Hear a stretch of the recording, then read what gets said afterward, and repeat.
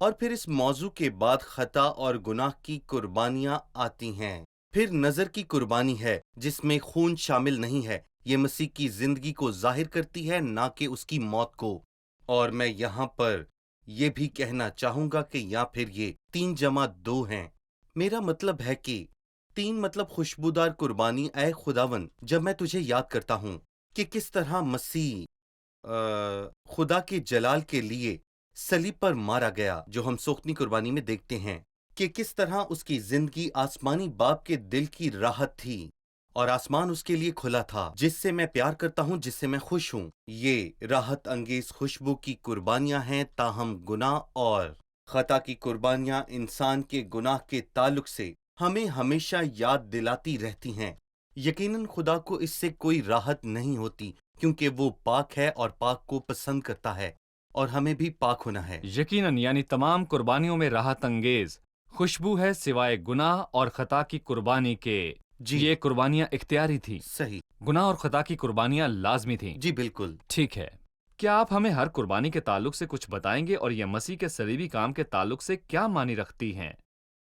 آئیے پہلے ہم یہاں اس بات کو دیکھتے ہیں کہ یہاں 5 قربانیاں ہیں، لیکن یہاں یہ 5 قربانیاں کیوں مقرر کی گئی تھیں، ان کی وجہ کیا تھی؟ جہاں تک ہماری ضروریات کا تعلق ہے تو ان کی ترتیب بہت فرق ہے، جس سے پتہ چلتا ہے کہ یہ انسان کی ضروریات کے مطابق نہیں جیسا سمجھا جاتا ہے، بلکہ یہ خدا کے تعلق سے ہے کہ وہ مسیح کے کفارے سے کس قدر خوش تھا۔ یعنی اگر ہم انسانی ضروریات کی بات کریں تو اس کی پہلی ضرورت خطا کی قربانی ہے، کیونکہ اپنے جرم اور خطاؤں کو محسوس کرتا ہے۔ دیکھیں میں نے بہت سی خطائیں کی ہیں، اب میں کیا کروں؟ لیکن پہلی قربانی سوختنی قربانی ہے۔ بالکل۔ دیکھیں خطا کی قربانی کا مطلب یہ ہے کہ مجھے رہائی ملی ہے، اور یہ سب جانتے ہوئے کہ مجھے میرے گناہوں سے معافی مل گئی ہے۔ پھر مجھے پتا چلتا ہے کہ میرے اندر گناہ آلودہ فطرت ہے، لیکن میں جانتا ہوں کہ خدا نے میرا مسئلہ حل کیا ہے، یہ گناہ کی قربانی ہے۔ گناہ کی قربانی۔ جی گناہ کی قربانی۔ اور پھر اس کے بعد رفاقت آتی ہے، یعنی ایک انسان اور ایک ایماندار کس طرح اس کا تجربہ کرتا ہے، اور وہ جب یہ جان لیتا ہے کہ میری خدا کے ساتھ رفاقت بحال ہو گئی ہے، تو پھر وہ خدا کی زندگی کا شکریہ ادا کرتا ہے کہ وہ میرے لیے مرا، بلکہ میرے گناہوں کے لیے نہیں مرا، بلکہ پہلے وہ خدا کے جلال کے لیے مارا گیا۔ اور یوحنا کے 13ویں باب کی 31ویں آیت میں مسیح نے کہا کہ اب ابن آدم نے جلال پایا اور خدا نے اس میں جلال پایا۔ سوختنی قربانی خدا کے جلال کو ظاہر کرتی ہے جب مسیح صلیب پر مارا گیا تھا۔ میں مختصر طور پر یہ کہوں گا کہ خطا کی قربانی یہ ہے جو میرے جرم اور خطا کے لیے خدا کی عدالت سے تعلق رکھتی ہے، اور گناہ کی قربانی انسان کی گناہ آلودہ فطرت کا بیان کرتی ہے۔ خدا کی فطرت کے اعتبار سے سلامتی کی قربانی خدا کے دل کو بیان کرتی ہے جو وہ میرے لیے رکھتا ہے، اور میں یہ کہوں گا کہ نظر کی قربانی اس کی زندگی کو ظاہر کرتی ہے جو مسیح کی ہے، اور آخر میں سوختنی قربانی جو خدا کے ارادے کو بیان کرتی ہے جب مسیح صلیب پر خدا کے جلال کے لیے مارا گیا، اور جس جلال سے ہم نے اسے محروم رکھا، لیکن اس سے بڑھ کر اس کو جلال ملا۔ آپ نے ہمیں بتایا ہے کہ انسانی تجربے کے مطابق ترتیب یہ ہے کہ خطا کی قربانی، صحیح کہا، گناہ کی قربانی، جی سلامتی کی قربانی اور پھر جی سوختنی قربانی۔ صحیح۔ تاہم بائبلی ترتیب حق اور حصے سے شروع ہوتی ہے اس کا کہ تعلق خدا اسی صلیب پر بات مسیح سے کے ہے۔ کفارے کو کس طرح دیکھتا ہے۔ صحیح۔ بہت شکریہ، یہاں ہم ایک چھوٹا سا وقفہ لیں گے اور پھر دوبارہ حاضر ہوں گے۔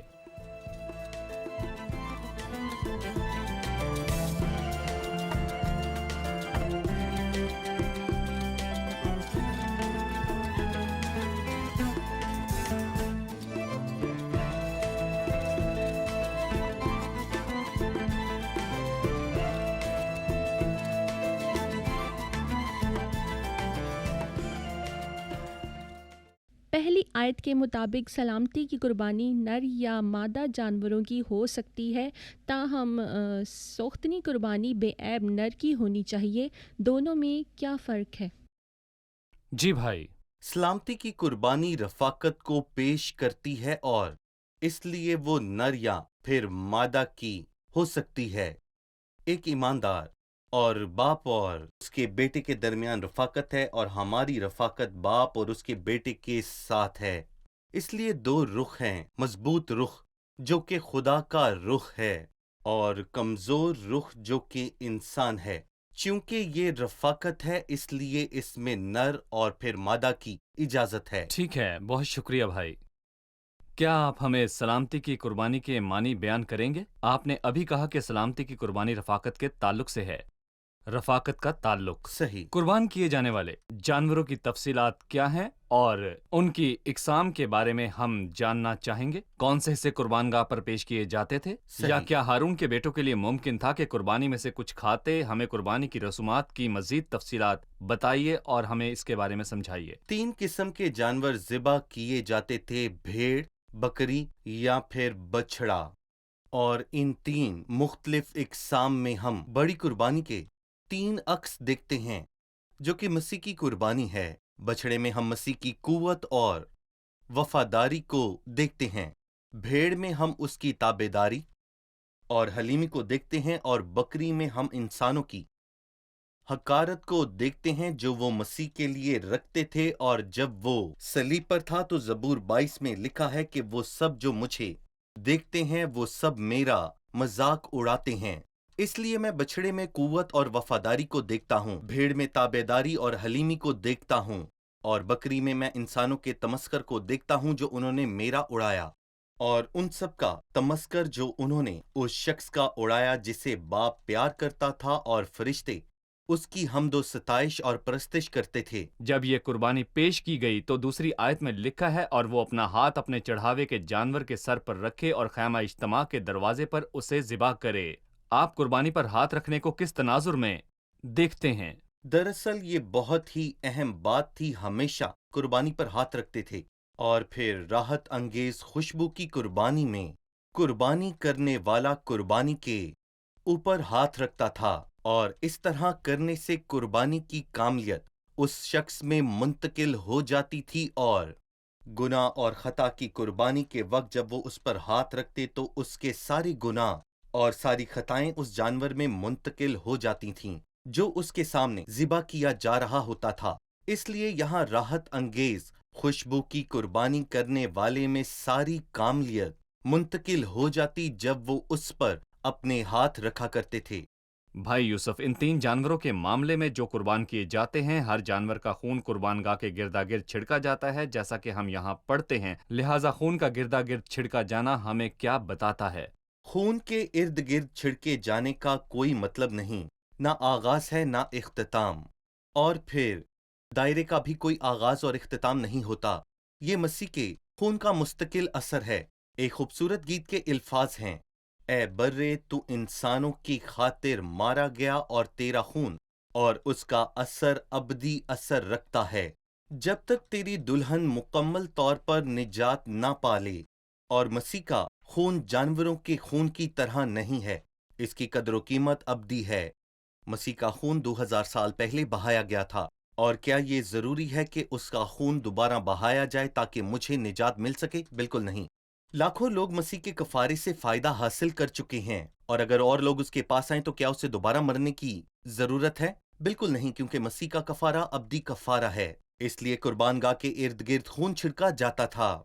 نئے عہد نامے میں ہم سیکھتے ہیں کہ خون مسیح کے ساتھ رفاقت کی بنیاد ہے، کیونکہ اس کی لازوال اور عظیم قربانی ہمیں رفاقت کے بارے میں بتاتی ہے۔ تو ہمیں سب کو یہ بتانا چاہیے کہ مسیح کے ساتھ رفاقت کی بنیاد خون کا چھڑکا جانا ہے۔ اس لیے پہلے کرنتھیوں کے 10ویں باب میں لکھا ہے، برکت کا پیالہ جس سے ہم برکت دیتے ہیں اس کا ذکر پہلے آتا ہے، کیونکہ رفاقت مسیح کے خون سے ملتی ہے۔ صحیح۔ یقیناً جب قربانی کے 2 ٹکڑے کیے جاتے ہیں یا اس کو ذبح کیا جاتا ہے تو کچھ حصہ خدا کو پیش کیا جاتا ہے۔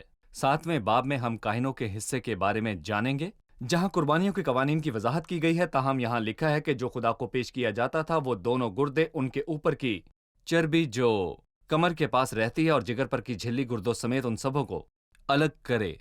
لہٰذا بتائیے کہ خدا کو کیا پیش کیا جاتا تھا؟ پہلے خون خدا کے لیے تھا، یہ ایک عام اصول تھا، اور انسان کا خون سے کوئی تعلق نہیں۔ لیکن اس باب کے مطابق اگر ہم غور کریں تو چربی بھی خدا کو یہاں پیش کی جاتی تھی۔ لیکن کیا آپ ہمارے ناظرین کے لیے کچھ تفصیلاً بتائیں گے؟ تاکہ وہ اچھی طرح سمجھ پائیں بالکل، خون خدا کو کیوں پیش کیا جاتا ہے۔ کوئی انسان خون کے قریب کیوں نہیں آ سکتا تھا؟ کیونکہ پیدائش 9 میں باپ کے وقت سے خدا نے انسان کو خون پینے سے منع کیا، اور صحت کے اعتبار سے یہ بات ہمیں سمجھ آتی ہے، لیکن یہاں صحت کے مسئلے سے زیادہ اہم یہ ہے کہ خون میں زندگی ہے، اور یہ زندگی انسان کی نہیں ہے، کیونکہ یہ زندگی انسان کی ہے جو دینے والا ہے۔ اور جب ہم اس کتاب کے 17ویں باب پر پہنچتے ہیں تو یہاں پر خون انسان کا کفارہ دیتا ہے۔ میں نے مذبح پر تمہارے جانوروں کے لیے اسے تم کو دیا ہے، یعنی خون صرف خدا کے لیے ہے اور کوئی بھی انسان اسے پی نہیں سکتا۔ اور چربی یہ کس کو ظاہر کرتی ہے؟ چربی اندرونی توانائی کو ظاہر کرتی ہے، اور مسیح کے اندر جو توانائی تھی اس نے مکمل طور پر باپ کے لیے استعمال کی۔ اور جب وہ لڑکا تھا تو میں یہاں پر کہوں گا کہ در حقیقت مقدسہ ماں مریم نے وہ اسے دونوں کھو دیا خود تھا۔ کھوئے ہوئے تھے۔ جی بالکل ٹھیک کہا آپ نے۔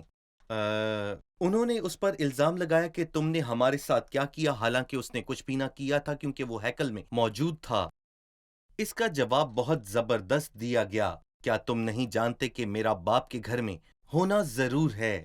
مطلب اس کی پوری اندرونی طاقت خدا کے لیے استعمال ہوئی۔ صحیح۔ اس کے بعد ہم 5ویں آیت میں پڑھتے ہیں، اور ہارون کے بیٹے انہیں مذبح پر سوختنی قربانی کے اوپر جلائیں جو ان لکڑیوں پر ہوگی جو آپ کے اوپر ہیں، یہ خداوند کے لیے راحت انگیز خوشبو کی آتشین قربانی ہے۔ سلامتی کی قربانی اور سوختنی قربانی کے درمیان کیا تعلق ہے؟ اگر سلامتی کی قربانی شکر گزاری اور پرستش کے تعلق سے بتاتی ہے تو پرستش کی بنیاد سوختنی قربانی ہے، کیونکہ مسیح نے خود کو خداوند کے حضور سوختنی قربانی کے طور پر پیش کیا، جو کہ راحت انگیز خوشبو کے طور پر ہم پرستش میں پیش کر سکتے ہیں، جیسے کہ یہاں پر سلامتی کی قربانی کے طور پر پیش کیا گیا ہے، اور اس رفاقت کے بارے میں جو مسیح سے ملی ہے۔ ہارون کے بیٹے اسے اٹھاتے ہوئے دھوئیں میں پیش کریں گے۔ ہمیں اس آیت کو مزید جاننے کی ضرورت ہے۔ میں قربانیوں کے تعلق سے ان دو بیانات کے بارے میں فرق بیان کرنا چاہوں گا۔ جب بائبل راحت انگیز خوشبو کے بارے میں بات کرتی ہے، یعنی سوختنی اور سلامتی کی قربانیاں، تو یہ ایک عمل کے بارے میں بات کرتے ہیں کہ اسے دھوئیں میں پیش کیا گیا، تاہم جب یہ گناہ اور خطا کی قربانیوں کی بات کرتا ہے تو لکھا ہے کہ قربانی خیمے کے باہر جلائی جائے۔ اس آگ میں فرق ہے جو خدا کے غضب کو ظاہر کرتی ہے، جو ہمارے گناہوں کے تعلق سے ہے۔ اور میں یہاں پر یہ کہنا چاہوں گا کہ یہ خدا کی نظر میں نفرت انگیز ہے، جبکہ سلامتی اور سوختنی قربانی کو اٹھتے ہوئے دھوئیں میں پیش کیا جاتا ہے تاکہ اس کی خوشبو خدا کو اچھی لگے۔ گناہ کبھی بھی خدا کے دل کو خوش نہیں کر سکتا، اس کے لیے سوختنی قربانی ہے، تاہم اس کو اٹھتے ہوئے دھوئیں میں پیش کیا جاتا ہے۔ شکریہ۔ ہم ایک چھوٹے سے وقفے کے بعد دوبارہ حاضر ہوں گے۔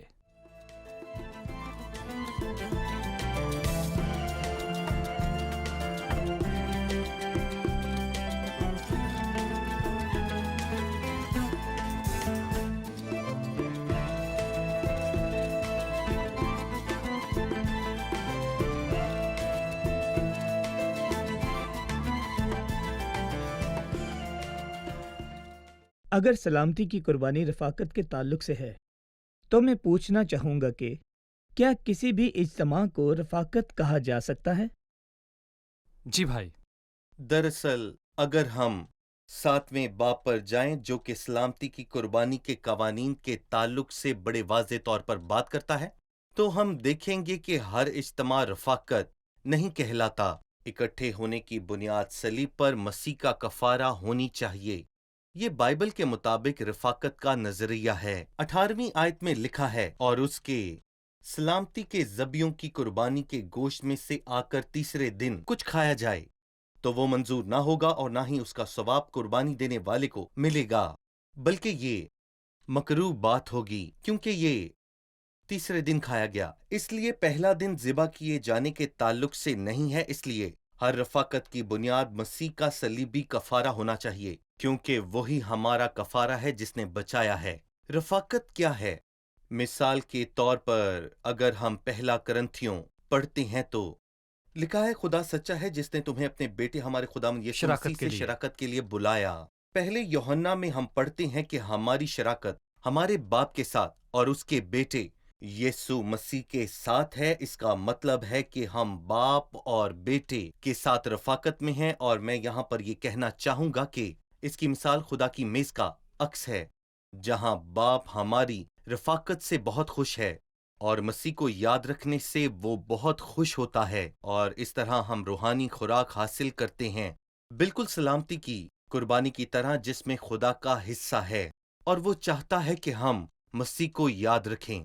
اور کاہن بھی جو اس قربانی کو پیش کرتے ہیں اور پیش کرنے والا اور اس کے دوست بھی حصہ رکھتے ہیں۔ ہم اس کے تعلق سے تفصیل سے سیکھیں گے جب ہم 7ویں باب کا مطالعہ کریں گے جس میں سلامتی کی قربانی ہے۔ بھائی یہ اچھا ہے کہ اس طرح کی تعلیمات کی طرف توجہ دلائی جائے تاکہ خدا کے کلام میں سے سیکھیں، کیونکہ اکثر کلیسیائیں سوشل کلب میں تبدیل ہو چکی ہیں۔ میرا مطلب ہے کہ کلیسیا کے ممبران جی صرف اکٹھے وقت گزارنے، کھانے پینے اور تفریح کرنے میں گزارتے ہیں جی اور اسے رفاقت کا نام دے دیتے ہیں۔ لہٰذا ہر اکٹھ رفاقت نہیں ہوتا۔ رفاقت کا مطلب ہم سلامتی کی قربانی سے سیکھتے ہیں۔ خدا کا اس قربانی میں حصہ ہے، پیش کرنے والے کا اور کاہنوں کا بھی اپنا حصہ ہے۔ ایک خوراک ہے جس میں ہم شامل ہوتے ہیں۔ اس لیے اگر ہم اور خدا ایک طرح کی خوراک کھاتے ہیں یعنی مسیح، تو یہ رفاقت ہے، اور مسیح کو خدا باپ کے حضور پیش کرتے ہیں اور اس کے بارے میں سوچتے ہیں، تو پھر ان کے اور باپ کے درمیان مشترکہ عنصر ہے، یہی رفاقت ہے۔ تاہم اگر کلیسیاں سوشل کلب میں بدل جائیں، دنیا اور اس کے سوشل کلب کی طرح ڈھل جائیں، تو اس کا مطلب ہے کہ دنیا کلیسیا میں داخل ہو چکی ہے اور کلیسیا اب کلیسیا نہیں رہی۔ میں واپس سلامتی کی قربانی پر آتا ہوں۔ آپ نے بتایا کہ یہ رفاقت کے تعلق سے ہے۔ بالکل شروع میں آپ نے بتایا کہ صحیح۔ ان قربانیوں کا نئے عہد نامے میں عکس ہے۔ لہٰذا بھائی یوسف، میں یہاں پر جاننا چاہوں گا کہ بائبل مقدس میں نئے عہد نامے میں عکس کے تعلق سے کیا بیان کیا گیا؟ آپ ہمیں اور ناظرین کو اس کی وضاحت بیان کر دیجئے۔ مطلب ہمارے پاس 4 اناجیل اور 4 خونی قربانیاں ہیں، اور یہ شاندار بات ہے کہ یہ چاروں اناجیل خون کی 4 قربانیوں کے تعلق سے ہمیں بتاتی ہیں، خاص طور پر مسیح کی موت کے بارے میں، اور متی کی انجیل خطا کی قربانی کے بارے میں بتاتی ہے۔ مرکز کی انجیل گناہ کی قربانی کے تعلق سے بتاتی ہے، جس میں مسیح نے کہا، اے خدا تو نے مجھے کیوں چھوڑ دیا؟ اس کا ذکر صرف 2 اناجیل میں پایا جاتا ہے۔ مسیح یسوع کو چھوڑ دیا گیا کیونکہ ہماری گناہ اور خطائیں اس کے اوپر تھیں۔ اور لوکا کی انجیل سلامتی کی قربانی کے تعلق سے بتاتی ہے۔ یوحنا کی انجیل سوختنی قربانی کے تعلق سے بتاتی ہے۔ اگر ہم غور کریں تو یوحنا کی انجیل میں مسیح کی گتسمنی باغ میں دعا کرنے کا ذکر کہیں بھی نہیں ملتا، اور نہ ہی اس میں اندھیرے کے وقت کا ذکر کیا گیا ہے، کیونکہ یہ سب گناہ کے تعلق سے ہیں، جبکہ مسیح کی موت سوختنی قربانی کا تعلق بس خدا کے ساتھ ہے۔ اس لیے یوحنا کی انجیل میں نہ تو تاریخ کا ذکر ہے اور نہ ہی گتسمنی باغ کا ذکر۔ ہم ان کا ذکر دوسری اناجیل میں پڑھتے ہیں۔ یہی بائبل مقدس کی خوبصورتی ہے کہ ہر انجیل 4 قربانیوں کے تعلق سے بات کرتی ہے۔ یہ قربانیوں اور اناجیل کے درمیان تعلق ہے۔ جی اس کے باوجود قربانیوں کا تعلق بائبل کے دوسرے حصوں سے ہے۔ مثال کے طور پر زبور کی کتاب میں ایسے زبور ہیں جن کا تعلق قربانیوں سے ہے۔ بائبل مقدس میں زبور کی کتاب میں 4 ایسے مزمور ہیں جو مسیح کی موت کے تعلق سے بات کرتے ہیں، اور یہ چاروں قربانی کے تعلق سے بات کرتے ہیں۔ اور 118 زبور اس کی واضح مثال زبور 22 میں ہے، جو کہ گناہ کی قربانی کے تعلق سے بات کرتا ہے۔ زبور 118 سلامتی کی قربانی کے تعلق سے بات کرتا ہے، اور زبور 40 سوختنی قربانی کے تعلق سے بات کرتا ہے۔ یعنی بائبل مقدس میں 4 زبور ہیں جو احبار کی 4 قربانیوں کے بارے میں واضح بات کرتے ہیں۔ لیکن بھائی یوسف، میں چاہوں گا کہ آپ ہمارے عزیز ناظرین کے لیے زبور 40 میں سے کوئی مثال پیش کریں کہ یہ زبور سوختنی قربانی سے کس طرح مطابقت رکھتا ہے۔ آپ ہمیں اس کے بارے میں بتائیں۔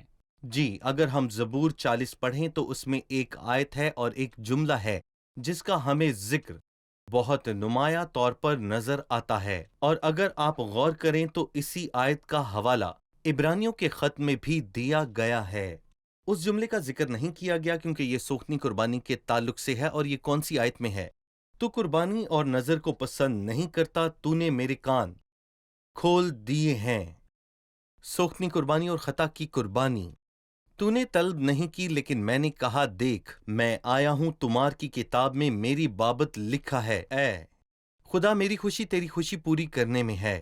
لیکن مسیح کس وقت اپنے خدا کی مرضی کو خوشی سے پورا کرتا ہے؟ یہ کام سوختنی قربانی کے وقت ہوا، جس کا ذکر 40ویں باب میں پایا جاتا ہے، اور عبرانیوں کے 10ویں باب میں اس آیت کا حوالہ دیا گیا ہے، جہاں پر مصنف گناہ کی قربانی کے تعلق سے بات کر رہا ہے۔ میری نہیں بلکہ تیری مرضی پوری ہو، اسی میں میری خوشی ہے۔ صحیح۔ آپ نے بتایا کہ سلامتی کی قربانی کا تعلق رفاقت سے ہے، اور صرف یہی ایک قربانی ہے جس میں خدا کا حصہ ہے، پیش کرنے والوں کا حصہ ہے، ہارون اور اس کے بیٹوں کا حصہ ہے۔ سب ایک ہی طرح کی خوراک میں سے کھاتے ہیں۔ جبکہ بھائی یوسف، اناجیل میں، خصوصی طور پر لوکا کی انجیل میں، ہم کس جگہ سلامتی کی قربانی کا عکس دیکھتے ہیں جو رفاقت کو پیش کرتی ہے؟ میں یہ کہنا چاہتا ہوں کہ رفاقت کی سب سے خوبصورت تصویر ہمیں لوکا کے 15ویں باب میں ملتی ہے، جو کہ بائبل کا مشہور باب ہے۔ لوکا 15 میں 3 تمثیلیں پائی جاتی ہیں، جن کا ذکر آپ اکثر لوگوں کے منہ سے سنتے ہیں۔ تیسری تمثیل جو کہ واپس آنے والے بیٹے کے تعلق سے ہے، لکھا ہے پلے ہوئے بچھڑے کو لا کر ذبح کرو تاکہ ہم کھا کر خوشی منائیں، کیونکہ میرا بیٹا مردہ تھا لیکن اب زندہ ہے۔ باپ بچ جانے والے بیٹے کے پاس بیٹھا ہے اور پلے ہوئے بچھڑے میں سے کھا رہا ہے۔ میرا خیال ہے کہ یہ ایک اس کی واضح تصویر ہے۔ میں لوکا کی انجیل کے بیان کے مطابق میں ہیکل کے پردے کے پھٹنے کے واقعے کو بھی یہاں پر شامل کرنا چاہوں گا، جبکہ متی اور مرکز کے بیان میں بہت زیادہ فرق ہے، لیکن یوحنا میں ذکر نہیں۔ متی اور مرکز دونوں میں لکھا ہے کہ پردہ اوپر سے نیچے تک پھٹ گیا، جبکہ لوکا میں لکھا ہے کہ درمیان سے پھٹ گیا۔ گویا وہ کہنا چاہتا ہے کہ ہمیں اس راستے سے خدا کی حضوری اور رفاقت کے لیے داخل ہونے کا استحقاق حاصل ہے۔ یہ وہ واحد انجیل ہے جس میں توبہ کرنے والے ڈاکو اور مسیح کا اسے قبول کرنے کا ذکر ہے، اور یہ لوکا کی انجیل ہے جس میں مسیح کو سلامتی کی قربانی کے طور پر پیش کیا گیا۔ شکریہ بھائی یوسف، ہمارے پروگرام کا وقت ختم ہوا چاہتا ہے۔ اب مہمانوں سے رائے جانتے ہیں۔ آج کے پروگرام سے آپ نے کیا سیکھا؟ 4 قربانیاں 4 اناجیل سے مطابقت رکھتی ہیں۔ متی کی انجیل خطا کی قربانی، مرکز کی انجیل گناہ کی قربانی کے متعلق ہے، لوکا کی انجیل سلامتی کی قربانی، یوحنا کی انجیل سوختنی قربانی۔ ہم نے یہ بھی سیکھا کہ مختلف قسم کی قربانیاں مسیح کی طرف اشارہ کرتی ہیں۔ اگر یہ بچھڑے کی قربانی ہے تو یہ اس کی قوت اور وفاداری کو پیش کرتی ہے۔ اگر یہ بھیڑ ہے تو یہ مسیح کی تابع داری اور حلیمی کو پیش کرتی ہے۔ اگر یہ بکری ہے تو یہ صلیب پر مسیح کے خلاف لوگوں کے تمسخر کو پیش کرتی ہے۔ خون قربان گاہ کے گردا گرد چھڑکا جاتا تھا، ایک دائرہ جس کا کوئی آغاز یا اختتام نہیں۔ یہ ابدی اثر کا عکس ہے اور خداوند یسوع کے خون کا کافی ہونا ہے۔ شکریہ، خدا آپ کو برکت دے۔ بھائی یوسف، آپ کا بھی شکریہ۔ عزیز ناظرین، ہم نے آج سیکھا کہ سلامتی کی قربانی رفاقت کے تعلق سے ہے، جس سے ہم لطف اندوز ہوتے ہیں جب ہم خدا کے پاس سچے دل سے توبہ کر کے آتے ہیں اور مسیح کے کفارے پر انحصار کرتے ہیں۔ میں چاہوں گا کہ آپ مسیح کے کفارے کو اپنائیں تاکہ آپ خدا کی رفاقت سے لطف اٹھا سکیں۔ اگلے پروگرام میں آپ سے پھر ملاقات ہوگی۔ خدا آپ سب کو برکت دے۔